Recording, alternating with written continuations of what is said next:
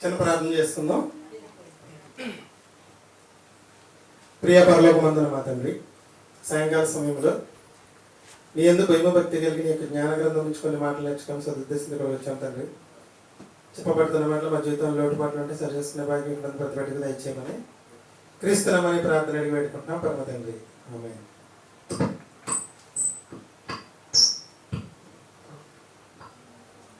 ఆదికాండం 50 అధ్యాయాల చరిత్ర అండి.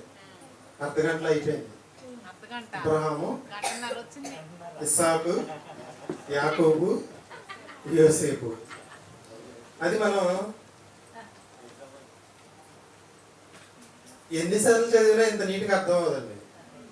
ఏదో ఒక స్టోరీ చదివేటప్పటికి ఇస్సాకు దగ్గరికి వెళ్ళినప్పుడు ఇది మర్చిపోతాం, ఇది ఎక్కడ అది ఎక్కడ అనుకుంటాం. కానీ ఇవన్నీ ఏ జనరేట్ చేసిన వీడియోలు అండి. నేను తయారు చేద్దాం అనుకున్నాను, ఆల్రెడీ తయారు చేస్తారు, అవి మీకు వేయడం జరిగింది.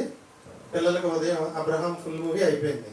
వాళ్ళకి మెటీరియల్ నేను పై వచ్చేవారమే ఇచ్చేస్తాను. మనం చిన్న పాఠం చెప్పుకుని మన సమయానికి మనం వెళ్ళిపోదాం. పాఠం పేరండి. నేను మీకు ప్రతిదీ కూడా 5-6 భాగాలు 7-8 భాగాలు కొన్ని 4 భాగాలు చెప్పుకుంటూ వస్తున్నాను. అవన్నీ ఒక్కొక్క టైటిల్తో మీకు బుక్ రూపంలో త్వరలో రిలీజ్ అవుతుంది. పాఠం పేరండి సంపూర్ణులగుటకు సాగిపోవాలా. అదే దాని కంటిన్యూషన్, పరిచయం. సంపూర్ణులగుటకు సాగిపోవాలా.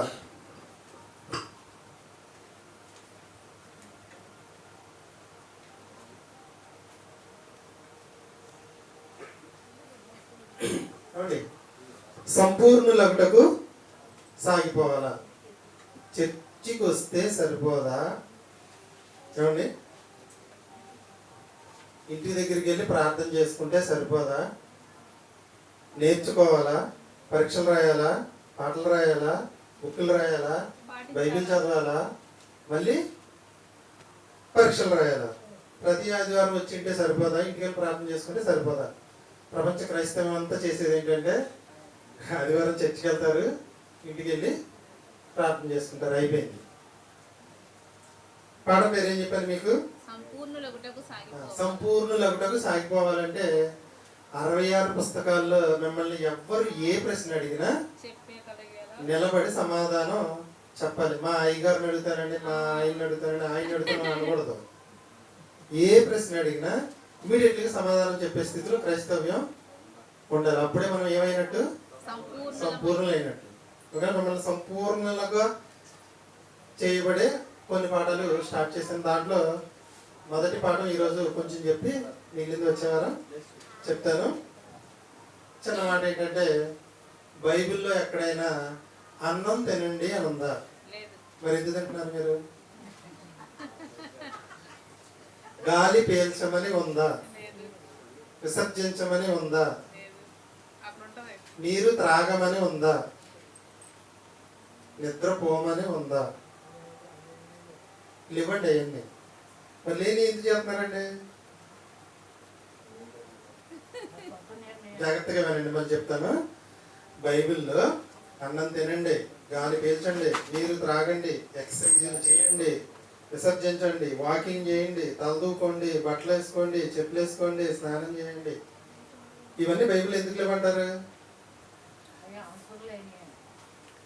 అదేంటండి అవసరం లేదంటే చచ్చిపోతాడు మనిషి గాలి పీల్చకపోతే ఎందుకు జరుగుతుంది? నువ్వు ఇక్కడ కూర్చుంటే ఆహారం మీ దగ్గరికి వచ్చేద్దా మధ్యాహ్నం సాయంకాలం?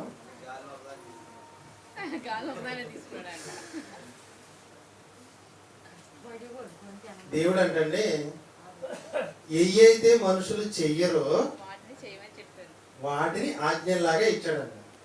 అర్థమైంది బావగారు? ఏయైతే చేస్తారో వాటిని చెప్పలేదంటండి. అనంతరం ఎందుకు చెప్పలేదంటే చెప్పకపోయినా చేస్తారు కదా. మీకు లాజిక్ అర్థమైందండి? చెప్పకపోయినా వండుకుంటాం తింటాం, చెప్పక్కర్లా.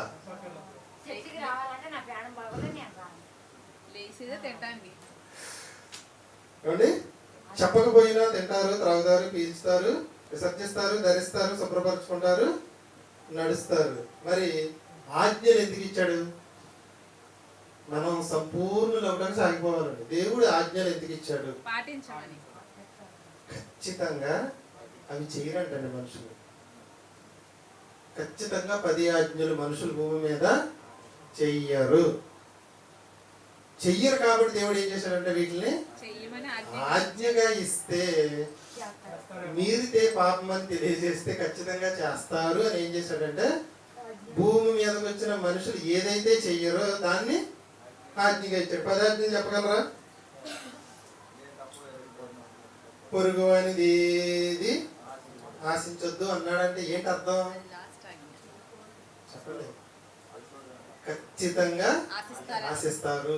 ఈ మనిషి ఖచ్చితంగా ఆశిస్తాడు కాబట్టి దీన్ని ఆజ్ఞగా ఇస్తే ఆశించకుండా ఉంటాడని ఏదైతే మనిషి చేయడో దాన్ని ఏం చేసినాడు దేవుడు ఆజ్ఞగా ఇచ్చాడు. విశ్రాంతి దినాన్ని పరిశుద్ధంగా ఆచరించమన్నాడు. మానేస్తామని ఆయనకి తెలుసా తెలీదా? తెలుసు కాబట్టి ఏం చేశాడంటే దేవుడు దాన్ని ఆజ్ఞగా ఇవ్వడం అనేది జరిగింది. వ్యభిచరించవద్దు అని దేవుడు రాయించాడు అంటే ఖచ్చితంగా వీళ్ళు చేస్తారని దేవుడికి తెలుసు కాబట్టి దాన్ని ఏం చేశాడంటే ఆజ్ఞగా ఇచ్చాడు. ఇంకోటి ఏం ఇచ్చాడంటే ఆజ్ఞగా తల్లిదండ్రులను వృద్ధాప్యంలో రుణం తీర్చుకోమని ఆజ్ఞగా ఇచ్చాడు. అంటే ఏంటి? ఖచ్చితంగా చూడరు. ఎవరు తెలిసి విషయం? ఇప్పుడు తెలుసు అంటే కాబట్టి దేవుడు ఏం చేశాడు దాన్ని ఆజ్ఞగా ఇచ్చాడు. పగ తీర్చుకోవద్దు దీన్ని కూడా అలా ఇచ్చాడంటే అంటే ఖచ్చితంగా వీళ్ళు పగ తీర్చుకుంటారు. మనిషి ఏదైతే చెయ్యడో దాన్ని దేవుడు ఆజ్ఞగా ఇచ్చాడు. అర్థమైందండి? ఆజ్ఞలుగా దేవుడు కొన్నింటిని ఎందుకు ఇచ్చాడు? ఖచ్చితంగా అవి వాళ్ళు చెయ్యరు. చెయ్యని దానినే ఆజ్ఞగా ఇవ్వడం అనేది. మోహపు చూపు చూడవద్దు అని యేసుక్రీస్తు ప్రభువులు చెప్పారు. చూస్తారని చూడరనా? ఖచ్చితంగా చూస్తారని దాని ఆజ్ఞగా ఇవ్వడం అనేది జరిగింది. సింపుల్గా అర్థమైపోతే నేను ఇంకో దాంట్లో చెప్పిపోతాను. ఓకేనా? దేవుడు ఆజ్ఞలుగా కొన్నింటిని ఎందుకు ఇచ్చాడు అంటే ఆజ్ఞలుగా ఇచ్చిన ప్రతిదీ కూడా మనిషి ఖచ్చితంగా చెయ్యడు కాబట్టి దేవుడు దేన్ని ఏం చేశాడు? దాన్ని ఆజ్ఞగా ఇచ్చాడు. ఆజ్ఞ అతిక్రమమే పాపం. మీకు ఎఫ్సి పత్రిక ఒకసారి చూడండి. మనం ఏం చేయాలండి? సంపూర్ణులగుటకు సాగిపోవాలి. ఎఫ్సీలకు రాసిన పత్రిక 2వ అధ్యాయం 1వ వచనం. చాలా సార్లు చదివాం మనం ఈ వచనం. ఎఫ్సీలకు రాసిన పత్రిక 2వ అధ్యాయం 1వ వచనం. ఎఫ్సీలకు రాసిన పత్రిక 2వ అధ్యాయం 1వ వచనం. అపరాధముల చేతను పాపముల చేతను. అపరాధములు వేరు పాపములు వేరా? రెండు ఒకటేనా? రెండు ఒకటే అయితే పాపముల చేత చచ్చిన వారే రాసేవాడు. మరి అపరాధం అంటే ఏంటి? పాపం అంటే ఏంటి?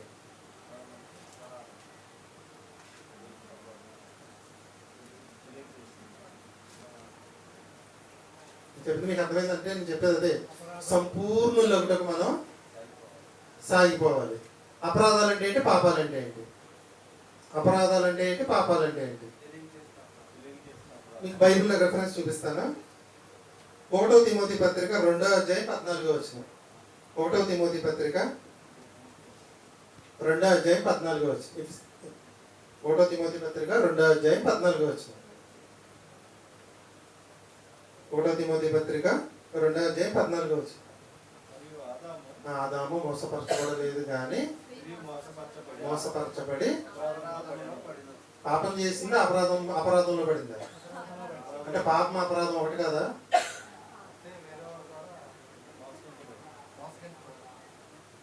అపరాధముల చేతను పాపముల చేతను చచ్చిపోయాం మనం.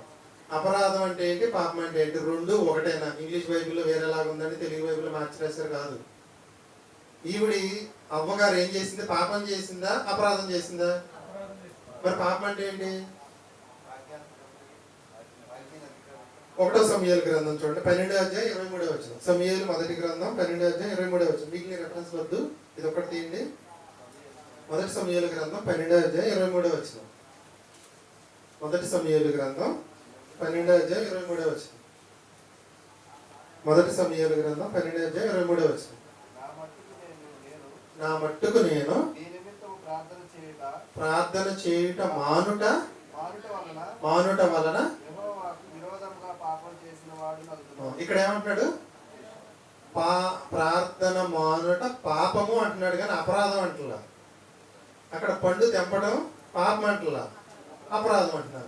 అపరాధం వేరు పాపం వేరా? రెండో ఒకటేనా? రెండో ఒకటి కదండి. అపరాధం వేరు పాపం వేరు. పాపము అంటే ఏంటంటే దేవుడు ఏదైతే చెయ్యమన్నాడో అది చెయ్యకపోవటం పాపం. అపరాధం అంటే ఏదైతే వద్దన్నాడో దాన్ని చేయటం అపరాధం. మీకు సింపుల్గా అర్థమవడానికి ఉపమానం ఒకటి చెప్తాను. పిల్లవాడిని టీచర్ గారు హోంవర్క్ చేసుకురమ్మన్నాడు. ఆడు పొద్దున్నే ఎలా వెళ్ళాడు అలా పుస్తకాలు తీసుకుని వచ్చాడు, అది పాపం. తెల్లవారి నుంచి 10th క్లాస్ పబ్లిక్ ఎగ్జామ్స్, నాన్న ఎవరి దాంట్లో చూసి రాయొద్దురా అన్నాడు. వాడు కాపీ కొట్టి రాసి వచ్చాడు, అదేంటి?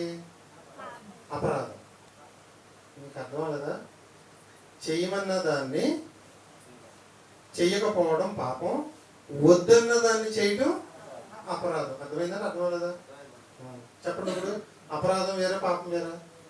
ఇలా చూసుకుంటానండి బైబిల్ గ్రంథంలో ప్రతి పదానికి అర్థం మనం తెలుసుకోవాలి. ఎలా అవ్వాలి మనం? ఒకసారి ఆ మాట కూడా చూద్దాం. కొలసీలకు రాసిన పత్రిక 1వ అధ్యాయం 28వ వచనం. కొలసీలకు రాసిన పత్రిక 1వ అధ్యాయం 28వ వచనం.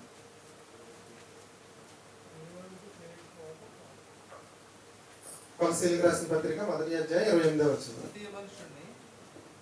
ప్రతి క్రైస్తవుణ్ణి క్రీస్తునందు సంపూర్ణునిగా చేసి ఆయన ఎదుట నిలబెట్టవలనని సరిపోతుండు. చర్చికి వస్తే సరిపోద్దని ఉందండి. అక్కడ ప్రతి మనిషి, ప్రతి విశ్వాసి, ప్రతి క్రైస్తవుని, చర్చికి వచ్చే ప్రతి ఒక్కరిని ఎలా చేయాలంట? ఎవరిలో సంపూర్ణునిగా చేయాలి? వాక్యములో సంపూర్ణునిగా చేసి ఎవరి ఎదుట నిలబెట్టాలంట? దేవుని ఎదుట నిలబెట్టాలంటే ఏం చేయాలి? సమస్త విధములైన జ్ఞానముతోను, సమస్త విధములైన జ్ఞానంతో బుద్ధి చెప్పుచు బోధించుచు. బుద్ధి చెప్పడం వేరు, బోధించడం వేరండి. సమస్త విధములైన జ్ఞానంతో బోధించుచు అంటే సరిపోద్ది. ఇక్కడ సమస్త విధములైన జ్ఞానంతో బుద్ధి చెప్పుచు బోధించుచు. బుద్ధి చెప్పడం ఏంటి? బోధించడం ఏంటి? బుద్ధి చెప్పడం అంటే అర్థం పాపం చెయ్యొద్దని ప్రతి వారం పాఠాలలో ఖచ్చితంగా రావాల్సింది. పాపం చెయ్యొద్దు అంటే ఏం చెప్పినట్టు? బుద్ధి చెప్పినట్లు. దేవుని వాక్యం లోతులు చెప్తే బోధించినట్లు.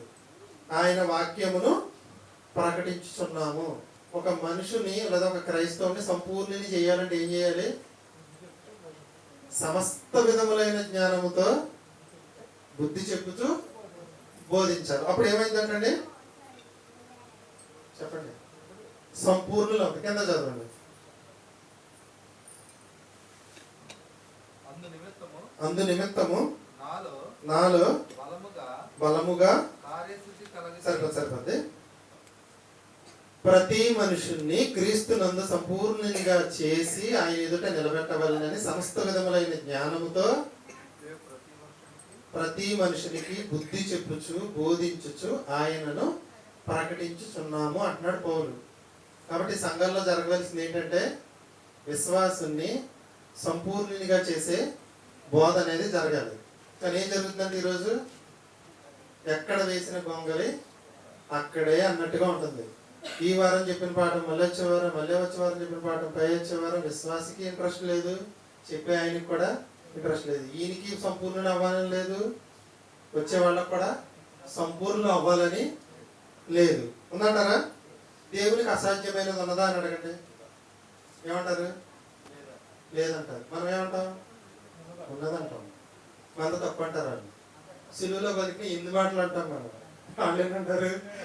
7 అంటారు. కానీ వాస్తవం 8 అండి. శిష్యులతో మాట్లాడింది ఒక మాట, తల్లితో మాట్లాడింది అక్కడ 2 మాటలు అనమాట. మనం అందరం కూడా గుర్తుంచుకోండి, చచ్చిపోయే లోపు సంపూర్ణులు అయి చచ్చిపోవాలండి. కీర్తనలో ఎగ్జామ్ ఉంది, 150 అధ్యాయాలు. మనకు అవసరమా అంటే అవసరం లాగానే చూస్తుంది. సంపూర్ణులము చాలా కీర్తనలు ఉన్నాయి, కానీ దేవుడు కొన్ని కీర్తనలు పెట్టాడండి బైబిల్లో. సామెతలు చాలా ఉన్నాయి, కానీ ఎన్ని పెట్టాడంటే ఏదైతే మనిషిని ఆత్మను రక్షించగలదో దాన్ని మాత్రం పెట్టడం అక్కడ జరిగింది. మరణానికి ముందు మనం వేసుకోవాల్సిన ప్రశ్న ఏంటంటే బైబిల్ మొత్తం నేను నేర్చుకోవాలి. ఎవరు ఏ ప్రశ్న అడిగినా సమాధానం చెప్పాలి. దేవుడితో యేసుక్రీస్తు ప్రభువు వారు భూమి మీద ఉండగా యోహాను సువార్త 17:23లో నేను నువ్వు సంపూర్ణులుగా ఎలా ఉన్నామో నాతో ఉన్న వారిని కూడా సంపూర్ణులుగా అయ్యేటట్టు చేయమని అడిగాడండి దేవుణ్ణి. యోహాను సువార్త 17:23లో. రోమీయులకు రాసిన పత్రిక 15:14లో జ్ఞానమునందు సంపూర్ణులుగా అవ్వాలని పౌలు గారు కోరుకున్నారు. 2 కొరింథీ పత్రిక 13:9లో సంపూర్ణులు కావాలని సంఘం గురించి పౌలు గారు ప్రార్థన చేశారు. 2 కొరింథీ పత్రిక 13:11లో ఏమంటున్నాడంటే పౌలు గారు మీరు సంపూర్ణులై ఉండు. ఎఫ్సి పత్రిక 4:13లో పరిశుద్ధులు సంపూర్ణులగినట్లుగా ముందుకు కొనసాగాలని ఉంది. హెబ్రీ పత్రిక 6:2లో క్రీస్తుని గురించిన మూలోపదేశములు మాని కంటిన్యూషన్ చెప్పండి. సంపూర్ణులగుటకు సాగిపోదుము. సంపూర్ణులగుటకు సాగిపోదుము. ఫిలిప్పీ పత్రిక 3:15లో మనలో పరిపూర్ణులైన వారందరూ ఈ భావమే కలిగి ఉందము. యాకోబు పత్రిక చివరిలో వస్తుంది, మీకు తెలుసు. 1:4 తీయండి ఒకసారి. యాకోబు పత్రిక 1:4. మొదటి పత్రిక 4వ అధ్యాయం. అదే 4వ మీరు అంటే చివరికి వచ్చేసిందిగా వాక్యం యొక్క గుర్తుంచుకోండి. ప్రతి క్రైస్తవుడు మైండ్లో ఉండవలసింది ఏంటంటే నేను ఏమండి ఇక్కడ కూర్చున్న ఆడవాళ్ళందరూ వంటలో పరిపూర్ణులా కాదా? నిజం చెప్పండి, అబద్ధం చెప్పండి. కాదని అనుకోకూడదు. ఏమంటే ఇంట్లో వాళ్ళు వండి పెడుతున్నారంటే నీకేదో అమెరికా కర్రీ రాదని కాదు. సంపూర్ణులు అంటే అర్థం పిల్లలకు కావలసినవి వండి పెట్టడం, భర్తకి తాను అతని మామకి వండి పెట్టడం. 3 రకాల టిఫిన్లు 4 అప్పుడు వారానికి ఎన్ని రోజులండి? 6 రోజులు. 7వ రోజు నాన్ వెజ్ వదిలేనుకొని 6 రకాల కూరలు వచ్చారావా? వచ్చండి. ఆడవాళ్ళు వంటలో సంపూర్ణులు, మగవాళ్ళు పనుల్లో సంపూర్ణులు. కానీ ఎక్కడ దెబ్బ జరుగుతుందంటే వాక్యంలో మాత్రం పరిపూర్ణులు అవ్వలేకపోతున్నాం. చిన్న చిన్న డబ్బులు కూడా మనం వెనకం చేసేస్తాం, భయపడిపోతుంటాం. ఓకేనా? అలా మిమ్మల్ని సంపూర్ణం చేయడం కోసమే కొన్ని పాఠాలు తయారు చేస్తున్నాను. అవన్నీ 2030 నుంచి రిలీజ్ చేస్తాను. మర్చుకు అప్పుడోటి చెప్పుకుంటూ ముందుకి వెళ్తున్నాను అనమాట. ఈరోజు నైట్ మీకు దాంట్లో 10 భాగాలు ఉన్నాయి. 10 భాగాలు కలిపి ఒకేసారి చెప్పేద్దాం అనుకున్నా, కానీ మనకు వీడియోలు వచ్చే వారం కీర్తన గ్రంథ ధ్యానం ఉంది కాబట్టి ఈ వారం ఎవరు చేస్తాను. అది ఏమైతే ఏంటో నాకే అర్థం అవ్వట్లేదు. ఆల్రెడీ రాసేసానండి, బుక్కులు కూడా ఇచ్చేస్తాను. మనం ఏం చేయాలండి? సంపూర్ణులగుటకు సాగిపోవాలి. సంపూర్ణులగుటకు సాగిపోవాలి. చిన్న ప్రశ్న అడుగుతాను. ఇప్పుడు ఇది ఉంది, షెడ్ ఉంది. మనలో కొంతమందికి వచ్చిన డౌట్ ఏంటంటే తలాఖా తీసుకుని చేసుకునే వాళ్ళం కదా అనే డౌట్ ఉంది. బైబిల్లో కూడా దేవాలయం కట్టేటప్పుడు ఏం చేశారంటే అందరూ తలాఖాస్ తీసుకొచ్చి అక్కడ పెడితే దేవాలయం కట్టడం అనేది జరిగింది. దేవుడు ఇక్కడ కూర్చున్న మీ అందరికి ఏమన్నా పొలాలు ఆస్తులు ఏమన్నా ఇచ్చాడండి? ఇచ్చాడా లేదా? ఎక్కడ ఇచ్చాడు? కృష్ణా పొలం లేదు. ఇజ్రాయేలీ జనాంగంలో కట్టడం ఏంటంటే లేవీయులకి ఏమీ ఇవ్వరు, మిగిలిన 11 గోత్రాలకి అన్నీ ఇచ్చారు. కాబట్టి ఏ పని చేయాలన్నా 11 గోత్రాలు తీసుకొచ్చి అక్కడ పెట్టాల్సిందే. అప్పుడు అందరూ కలిసి చేసుకోవడం అనేది జరిగేది. ఇప్పుడు ఇది ఉంది. సర్వేశ్వరరావు గారు నేను కట్టామనుకుందాం. ఆయనకి నాకు విభేదాలు వచ్చినాయి. ఆయన మానేశాడు. నా సగం నాకు ఇచ్చేయమన్నాడు. కుదిరిద్దా? కొత్త నిబంధన వేరండి, పాత నిబంధన వేరు. కొత్త నిబంధనకు వచ్చే సమయానికి మారిపోవాలి మొత్తం. ఒకళ్ళ పేరు మీద ఉండాలి, ఒక దాని మీద ముందుకెళ్ళిపోవాలి. దేవుని కార్యక్రమాలు అంటే చూసారా, అవన్నీ అందరూ కలిసి చేసుకునేవి. మా సత్యగడ పెద్ద అయిన తర్వాత పెద్ద వెళ్ళ అయ్యాడు అనుకున్నాం. చర్చి లేదు, గిచ్చి లేదు, ఆయన అపార్ట్మెంట్ వేస్తారా పడగొట్టేశాడు అనుకున్నాం. అప్పుడు తలాఖా తీసుకున్నారు. మీరు ఊరుకుంటారా?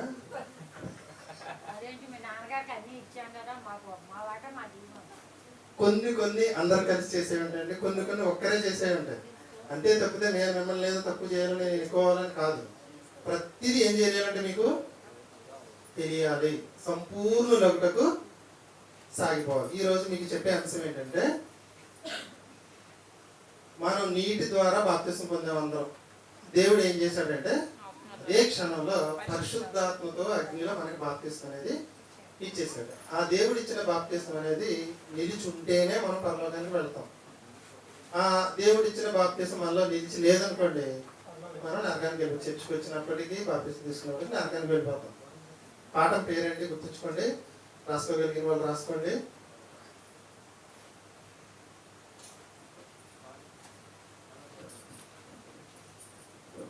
నీ ఆత్మీయ జీవితాన్ని నాశనం చేసే 10 రహస్య పాపాలు. నీ ఆత్మీయ జీవితాన్ని నాశనం చేసే 10 రహస్య పాపాలు. ఆత్మ బాప్తిస్మమును కోల్పోతున్న క్రైస్తవ్యం. పాఠం పేరండి, రెండు ఒకటే. మొదటిది ఏంటి? నీ ఆత్మీయ జీవితాన్ని నాశనం చేసే 10 రహస్య పాపాలు లేదా ఆత్మ బాప్తిస్మమును కోల్పోతున్న క్రైస్తవ్యం. 1-2 సార్లు చెప్తాను, కొంచెం శ్రద్ధగా వినండి. ఈ పాఠం వాక్యం అటు ఇటుగా తెలుసుకోవడానికి అర్థం. వేరే చర్చలు చెప్పామనుకోండి కడిదాలేసి చూస్తుంటారు. అందుకని కొంచెం శ్రద్ధగా వినండి. వినుట వలన ఏం కలిగిద్ది? వినుట వలన విశ్వాసం కలుగుతుంది. దీనికి ఒప్పుకుంటారు కదా అందరూ? మనం దేవుని ద్వారా మనం పొందుకున్న అభిషేకం ఎందుకు కోల్పోతున్నాం? దేవుని ద్వారా పొందుకున్న అభిషేకాన్ని మనం ఎందుకు కోల్పోతున్నాం అనే అద్భుతమైన సందేశాన్ని మనం ఈరోజు తెలుసుకుందాం. ఎందుకు దేవుడు మనకు అభిషేకం ఇచ్చాడా ఇవ్వలేదా? అభిషేకము అంటే అర్థం నూనెతో పాత నిబంధనలు ఇస్తారు. కొత్త నిబంధనలో దేవుడే పరిశుద్ధాత్మ ద్వారా మనందరికీ ఇస్తారు. మన హృదయంలోనికి పరిశుద్ధాత్మ పంపించారు. దాన్ని ఏమంటారు అంటే అభిషేకము అంటారు. చాలా మంది వాక్యం చెప్పాలి అంటే మీకు అభిషేకం ఉందా అంటారు. అభిషేకము అంటే అర్థం ఏంటంటే, మేరీ గారు, అభిషేకం అంటే అర్థం ఏంటి? మీరు బాప్తిసం తీసుకున్నారంటే మీకు అభిషేకం అయిపోయింది. ఆయన బాప్తిసం కూడా, ఆయనకు కూడా అభిషేకం అనేది అయిపోయింది. పాత నిబంధనలో మాత్రం నూనెతో అభిషేకం ఉండేది. కొత్త నిబంధనలో ఆత్మతో అభిషేకం, పరిశుద్ధాత్మతో అభిషేకం. పాత నిబంధనలో సుంతి, దేవుని బిడ్డను అనడానికి గుర్తు. కొత్త నిబంధనలో గుర్తు ఏంటంటే బాప్తిస్మమే గుర్తు. బాప్తిస్మం ద్వారా మనం దేవుని కుమారులుగా మారుతాం. అభిషేకం కన్నా పవిత్రమైనది మరొకటి లేదండి. అభిషేకం కన్నా అమూల్యమైనది కూడా మరొకటి లేదు. అభిషేకం కన్నా సున్నితమైనది మరొకటి లేదు. అభిషేకం కన్నా శక్తివంతమైనది మరొకటి లేదు. అభిషేకం కన్నా ఖరీదైనది ఇంకొకటి లేదు. ఈ అభిషేకం భయము నుండి కాక లేదా బయట నుండి కాక, ఈ అభిషేకం అనేది, అభిషేకం ఎటువంటిదండి? మనం తీసుకున్న, నేను బాప్తిస్మం అనకుండా అభిషేకము అంటున్నాను, గుర్తుంచుకోండి. మనం తీసుకున్న అభిషేకము అని ఎందుకు చెప్తున్నానంటే, బయట వాళ్ళు మీకు అభిషేకం ఉందా అని అడుగుతున్నారు. ఎందుకని ఎక్కువసారి అభిషేకం అని వాడాను అనుకోండి, మీకు బాగా అర్థమైంది. మీరు అభిషేకం పొందారంటే బాప్తిస్మం ప్రతి వాళ్ళు పొందినట్టే. మీరు పొందిన అభిషేకం కన్నా పవిత్రమైనది ఇంకోటి లేదంటండి. దానికన్నా అమూల్యమైనది మరొకటి లేదు. దానికన్నా సున్నితమైనది మరొకటి లేదు. దానికన్నా శక్తివంతమైనది మరొకటి లేదు. దానికన్నా ఖరీదైనది మరొకటి లేదు. ఈ అభిషేకం బయట నుండి కాక, బయట నుండి అంటే పరిసరాల నుండి కాక లోపలే నాశనం అయిపోతుందంటండి. మనం పొందిన అభిషేకం బయట నుండి కాక లోపలి నుండే నాశనం చేయబడుతుంది. ఇదే విషాదకరమైన విషయం అండి. అదేంటండి? బయట నుంచి వచ్చి పాడు చేయాలి కానీ మనలోనూ మనమే ఎలా పాడు చేసేసుకుంటున్నాం? ఇది దెయ్యం వలన కాదు, హింస వలన కాదు, విమర్శల వలన కాదు, వ్యతిరేకత వలన కాదు, అవకాశం లేని వలన కూడా కాదు. ఎలా నాశనం అయిపోతుంది అంటారు? మనలో ఉన్న అభిషేకము లేదా దేవుడిచ్చిన ఆత్మాభిషేకము, అగ్ని బాప్తిస్మము, పరిశుద్ధాత్మ బాప్తిస్మము, ఒక్క మాటలో అభిషేకము, దేవుడు మనకిచ్చిన అభిషేకము, మనం పొందిన అభిషేకము బయట నుంచి కాక మనలోనే ఏం జరుగుతుందంట?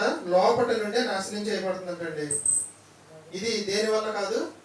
దెయ్యం వలన కాదు, హింస వలన కాదు, విమర్శల వలన కాదు, వ్యతిరేకత వలన కాదు, అవకాశాల లేమి వలన కూడా కాదు. ఇది నిశ్శబ్ద పాపాల వలన నాశనం అవుతుంది.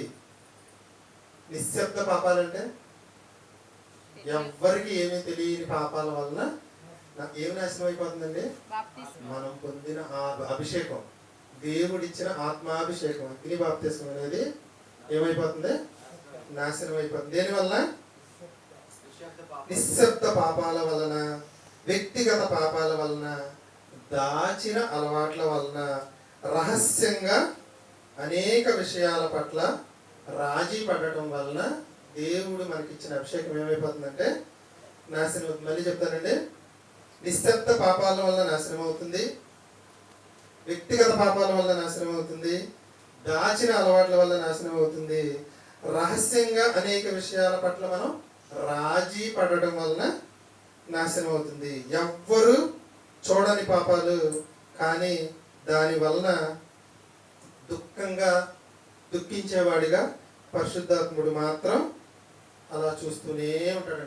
మీ బైబిల్ గ్రంథంలో మాట్లాడదు, మీలో ఉన్న పరిశుద్ధాత్మను దుఃఖపరచనీయకుడి.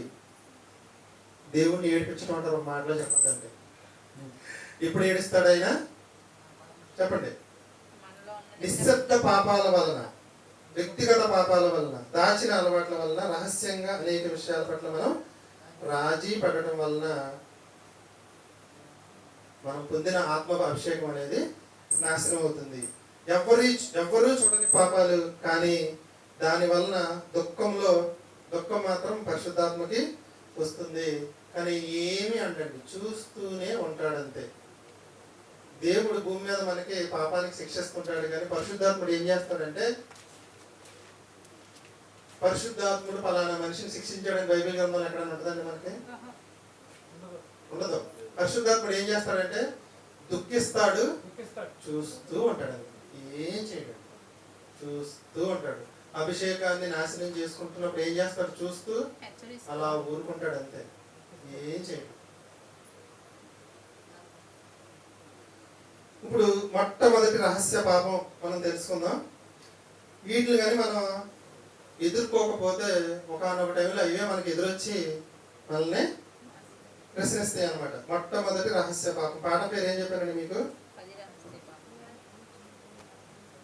దేవుడిచ్చిన అభిషేకాన్ని నాశనం చేసే 10 రహస్య పాపాలు. 10 రహస్య పాపాలు. మొట్టమొదటి రహస్య పాపం పరిపక్వత ముసుగులో ఉన్న గర్వం. మొదటిదండి, పరిపక్వత ముసుగులో ఉన్న గర్వం. నాకే అంతా తెలుసు, నాకే అంతా తెలుసు.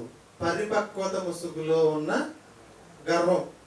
దేవుడికి ఏ పాపం అంటే ఇష్టం లేదని ఎవరిని అడిగిన క్రైస్తవులు మొట్టమొదటి చెప్పే మాట ఏంటంటే వ్యభిచారం అంటారు. అంత ఫస్ట్ చెప్పే మాట ఏంటంటే వ్యభిచారం. అపవాది ఏ వ్యభిచారం చేశాడని పాతాళ లోకంలో దేవుడు బంధించాడు చెప్పండి? చేసిన పాపం ఏంటి? గర్వం. అపవాది అంటే దేవునికి ఉన్న పేరు యథార్థవంతుడు, మీకు తెలుసు కదా, నెక్స్ట్ లెసన్లో వస్తుంది. నేను మొక్క చెప్తాను.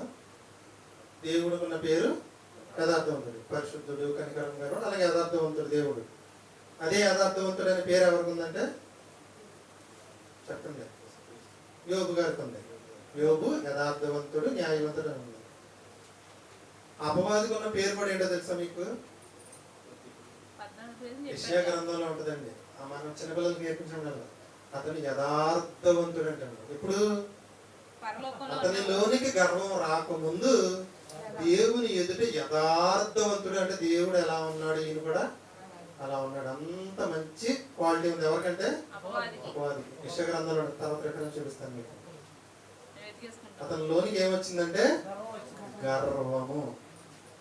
మనలో దేవుడిచ్చిన ఆత్మాభిషేకము లేదా ఆత్మ బాప్తిస్మము నాశనం అయిపోవటానికి ప్రధాన కారణాల్లో మొదటి కారణం ఏంటంటే పరిపక్వత ముసుగులో ఉన్న గర్వము. పరిపక్వత ముసుగులో, నేను గర్వము చెప్పట్లేదండి మీకు. పరిపక్వత ముసుగులో అంటే మనకు వాక్యం అంతా తెలుసు అనుకుని గర్వం. పరిపక్వత ముసుగులో గర్వం అంటే నేను ఇప్పుడు 250 పాటలు రాశాను, 100 పాటలు రెడీ చేశాను, ఎక్కడ డబ్బు ఎక్కడ కొట్టించుకోవట్లా. అవసరమై ఫ్లెక్స్ మీద కొంచెం నాకు గీయటానికి కూడా చాలా ఇబ్బంది పడేసాను. పరిపక్వత ముసుగులో గర్వం అంటే పరిపక్వత ముసుగు చిన్న సింపుల్ గా చెప్తాను మీకు. ఇది మొట్టమొదటి రహస్య పాపం. 10 నిమిషాలు అయిపోతుంది, వెళ్ళిపోదాం. 10 నిమిషాలు కూడా పడుతుంది, ఒక హాఫ్ పేజీ ఉంది. సింపుల్గా చెప్పేసి మీకు ఎన్ని రెఫరెన్స్లు అంటే ఒక్కొక్క పాట మీకు 2-3 గంటలు వస్తుంది. నేను సింపుల్గా మీకు అర్థమయ్యే రీతిలో అట్టుగా తప్ప నోట్లో వలిసి పెట్టినట్టుగా చెప్పేస్తాను. మనలో ఉన్న దేవుడిచ్చిన అభిషేకము లేదా పరిశుద్ధాత్మ బాప్తిస్మం నాశనం అయిపోవడానికి ప్రధాన కారణాల్లో మొదటిది పరిపక్వత ముసుగులో ఉన్న గర్వము. గర్వము ఎప్పుడు కూడా అంటండి, అది పెద్దగా అరవదంటండి, పెద్దగా అహంకారంగా. నేను బయటికి చెప్పేది, గర్వంగా ఉన్న మనిషి బయటికి పెద్దగా అరవడు, ఎప్పుడు అహంకారంగా మాట్లాడు, ఎప్పుడు స్పష్టంగా కనిపించదు. కొన్నిసార్లు గర్వంగా ఉన్న వ్యక్తి కూడా ఎలా ఉంటాడంటే, గర్వం ప్రశాంతంగా ఉంటుంది, గౌరవంగా కనిపిస్తుంది, ఆధ్యాత్మికంగా కూడా కనిపిస్తుంది. కానీ లోనే ఉంటుందంటే గర్వం. బయటికి ఎలా కనపడుతుంది అంటే ప్రశాంతంగా ఉంటుంది, గౌరవంగా కనిపిస్తుంది, ఆధ్యాత్మికంగా కూడా కనిపిస్తుంది. గర్వం ఎలా అంటదంటండి, ఇది నాకు ఎప్పుడో తెలుసు, ఇది నాకు ఎప్పుడో తెలుసు. ఇంకేమంటదంటే, నాకు లేదా నన్ను సరిదిద్దవలసిన అవసరం లేదు, నన్ను సరిదిద్దవలసిన అవసరం లేదు, అన్ని బాధలను నేను తప్పించుకోగలను, మందలింపులను తిరస్కరిస్తుంది. గర్వంగానే మనకుంటే, గర్వం ఏమంటుంది అని ఎందుకు చెప్పుకొచ్చానంటే, గర్వం మనలో ఉంటే ఏమంటదంటే, నాకు ఈ విషయం ఎప్పుడో తెలుసు, నాకు సరిదిద్దడం అవసరం లేదు. ఇది సరిదిద్దడాన్ని ఎదురుస్తుంది. ఎవరు సరిదిద్దుతారు మనల్ని? వాక్యం, దేవుని మాట మనం విన్నాం. అది ఎక్కడికి వెళ్ళింది? వెయిట్ లోనికి వెళ్ళింది. లోనికి వెళ్ళిన తర్వాత దాన్ని సరిదిద్దుదామని చూస్తుంటే మనమేమంటున్నా, నాకు తెలుసులే, నాకు అవసరం లేదులే. ఇది గర్వం. ఇప్పుడు మనం గర్వం ఎక్కడ ప్రదర్శిస్తున్నాం? ఇప్పుడు వాక్యం ఎదుట గర్వాన్ని ప్రదర్శిస్తే మనలో ఉన్న పరిశుద్ధాత్ముడు ఏం చేస్తాడంటే, దుఃఖపడుతూ అలా చూస్తూ ఉంటాడు. బయటికి కానీ వచ్చాడా అవుట్ అండి. మనం ఈ 10 పాపాలను మనం తెలుసుకున్న తర్వాత మనలో పరిశుద్ధాత్ముడు ఉన్నాడో లేడో అనేది మీకు అర్థమైంది. గర్వము ఏమని చెప్తుందంటే, నేను నీకంటే గొప్పవాడును. అది మెల్లగా ఇలా చెప్తుంది ఏంటంటే, నేను దీనికి మించిన వాడిని. ఇది సంఘంలోనే కూర్చుంటుంది, ఇది సందేశాలను కూడా ప్రసంగిస్తుంది, స్తోత్ర గీతాలను కూడా నడిపిస్తుంది, గ్రంథ కావ్యాలను కూడా ఉదహరిస్తుంది. కానీ లోపల అది మోకాళ్ళపై పడటం అనేది ఇప్పుడు మానేసి. మీకు అర్థమైందండి? గర్వము నేను నీకంటే గొప్పవాడినని మనకు చెప్తుందంటండి. మన మనసు ఏమని, నేను నీకంటే గొప్పవాడిని. అది మెల్లగా ఇలా చెప్తుంది ఏమని, నేను దీనికి మించిన వాడిని. ఇది సంఘంలోనే కూర్చుంటుంది, సందేశాలను ప్రసంగిస్తుంది, స్తోత్ర గీతాలు నడిపిస్తుంది, గ్రంథ కావ్యాలు ఉదహరిస్తుంది. కానీ లోపట వాక్యానికి లొంగడం అనేది ఈనాడు వదిలేస్తుంది. ఇక్కడ కూర్చున్న మనలో మనం దేవుడు ఒక మాట మనం విన్నప్పుడు, ఇది నా జీవితంలో తప్పుగా ఉందని అనుకున్నప్పుడు మనం దాన్ని వెంటనే ఇక్కడేం సరి చేసుకోకర్లా. ఎక్కడ సరి చేసుకోవాలి? ఇక్కడ అంటే అర్థం నేను బయట అని అర్థం అండి. మన హృదయంలో అప్పటికప్పుడు ఏం చేసేసుకోవచ్చు, మనం సరి చేసుకోవచ్చు. సరిదిద్దడం దానికి ఇష్టపడదు. ఇష్టపడలేదంటే ఏంటి అర్థం? లోనేముంది? గర్వం ఉంది. అప్పుడు గర్వం మనలో ఉన్నప్పుడు మనం ఎప్పుడైతే సరిదిద్దపడలేదో అప్పుడు ఏం జరిగిందంటే,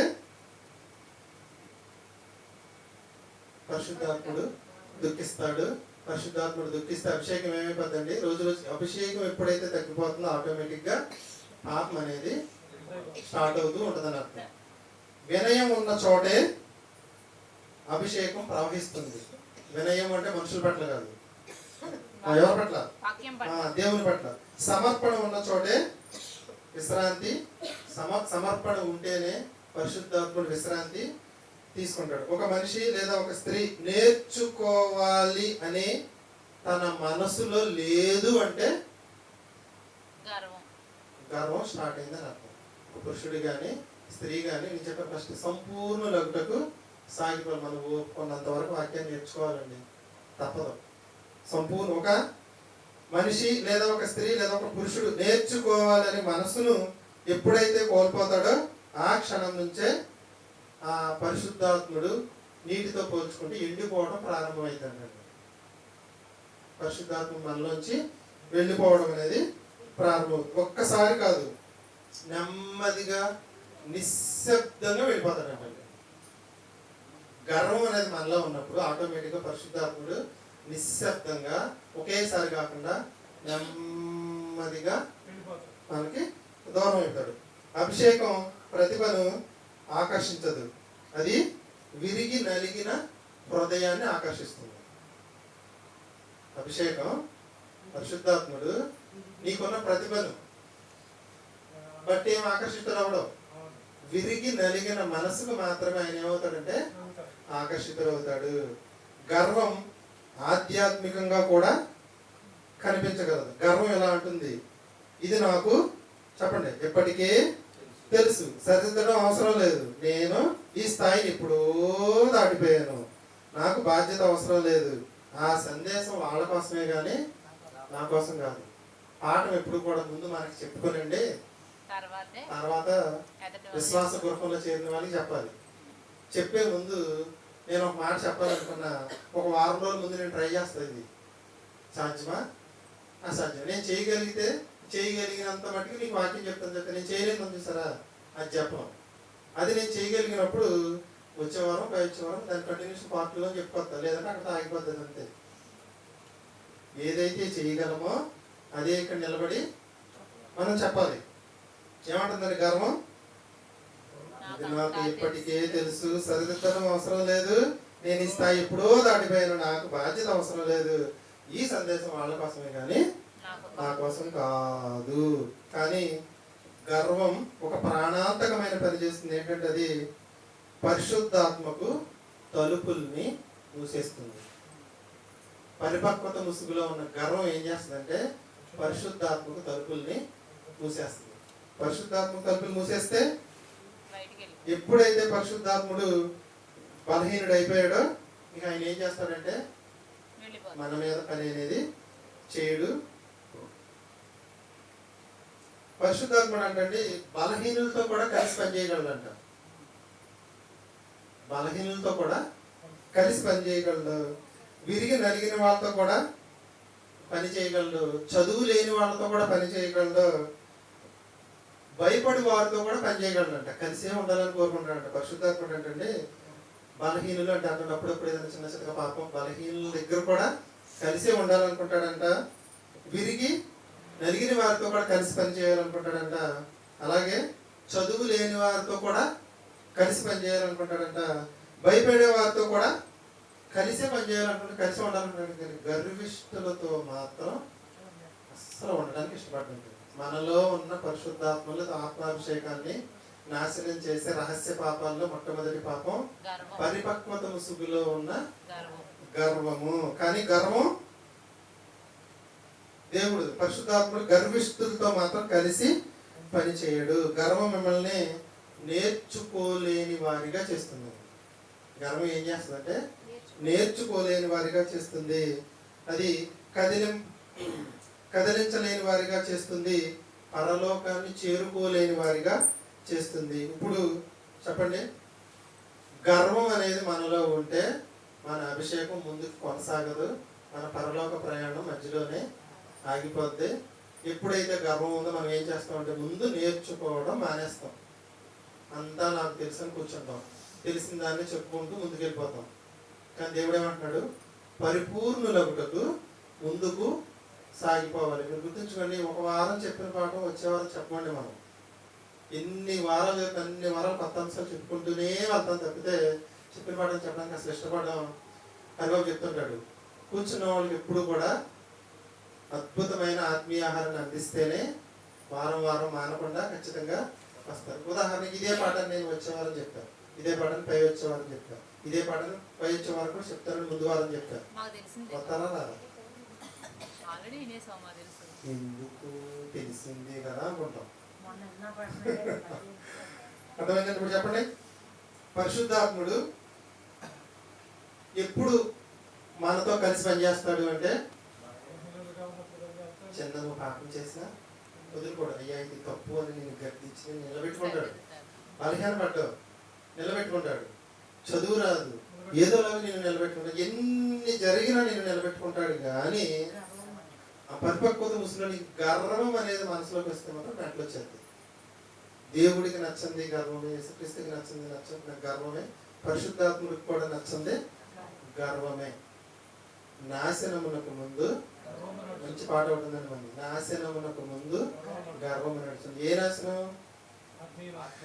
మామూలుగా గర్వంగా మాట్లాడితే మనకు ఈ జీవితం నాశనం అయితే, అభిషేకం ఎప్పుడు నాశనం అవుతుందంటే, అభిషేకం నాశనం అవడానికి ముందు గర్వము, నాశనమునకు ముందు గర్వము నడుచును, పడిపోవుటకు ముందు అహంకారము నడుచును. ఇది దేవుడు చెప్పిన మాట, సొలొమోను గారు మహాజ్ఞాని రాసిన మాట.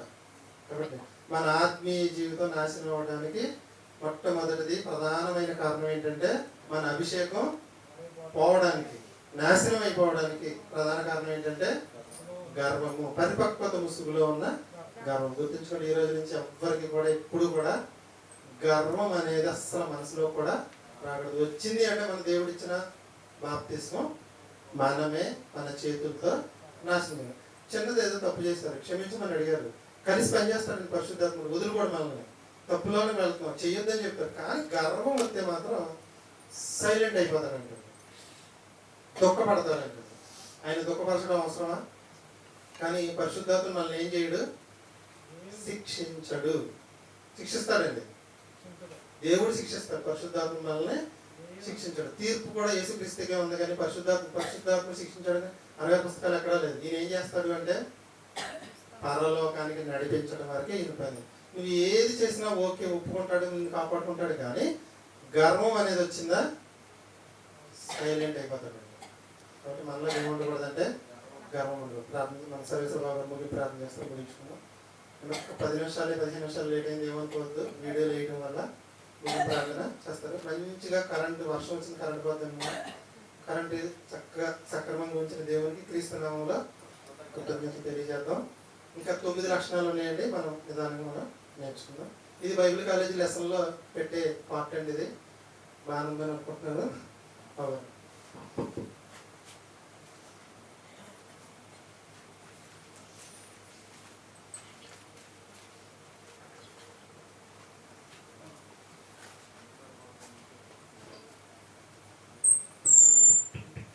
అర్థం చేసుకున్నామండి.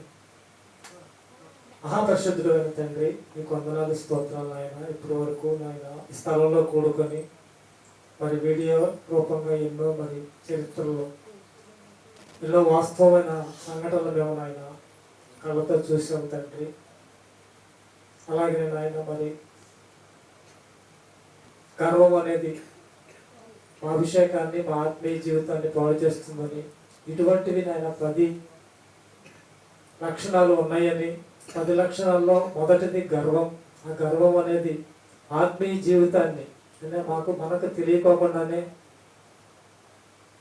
ముసుగులో ఉండి కూడా నాయన మేము పరిశుద్ధాత్మకు దూరం అయిపోయే పరిస్థితి ఉన్నదని, గర్వం అనేది ఎట్టి పరిస్థితుల్లో మా హృదయాల్లో చేరనీయకోకుండా జాగ్రత్త కలిగి మేమందరం నాయన నీ వాక్యానుసారంగా నీ పరిశుద్ధాత్మ నీ కుమారుని ఆయన మాలో స్థిరముగా నిలుచుకునేటట్లుగా ఆయన చెప్పినట్లుగా మేము బ్రతకటానికి కావలసిన సిద్ధపాటు కలిగిన జీవితం మాకు దయచేయమని ప్రార్థిస్తున్నాం తండ్రి. మాలో ఎవరికి కూడా మేము నేర్చేసుకున్నాము, మేము పాఠాలు చెప్తున్నాము, నాకు అన్నీ తెలుసు అనే స్వభావం ఎవరిలో కూడా పుట్టకుండా ముందుగానే ఇటువంటి మాటలు విన్న మేము నాయన మరీ జాగ్రత్త కలిగి నీ యందు భయభక్తులు కలిగి బ్రతికే మంచి అంశము నాయన మేము విని నేర్చుకొని ఆ మాటల ప్రకారంగా మా హృదయంలో పరిశుద్ధాత్మ నిత్యము నాయన నిలుపుకునే భాగ్యాన్ని దయచేయమని యేసుక్రీస్తు వారి శ్రేష్టమైన నామములో ఈ ప్రార్థన మీకు సమర్పించుకుంటున్నాము తండ్రి.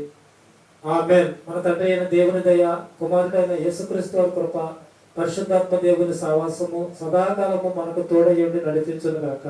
ఆమేన్.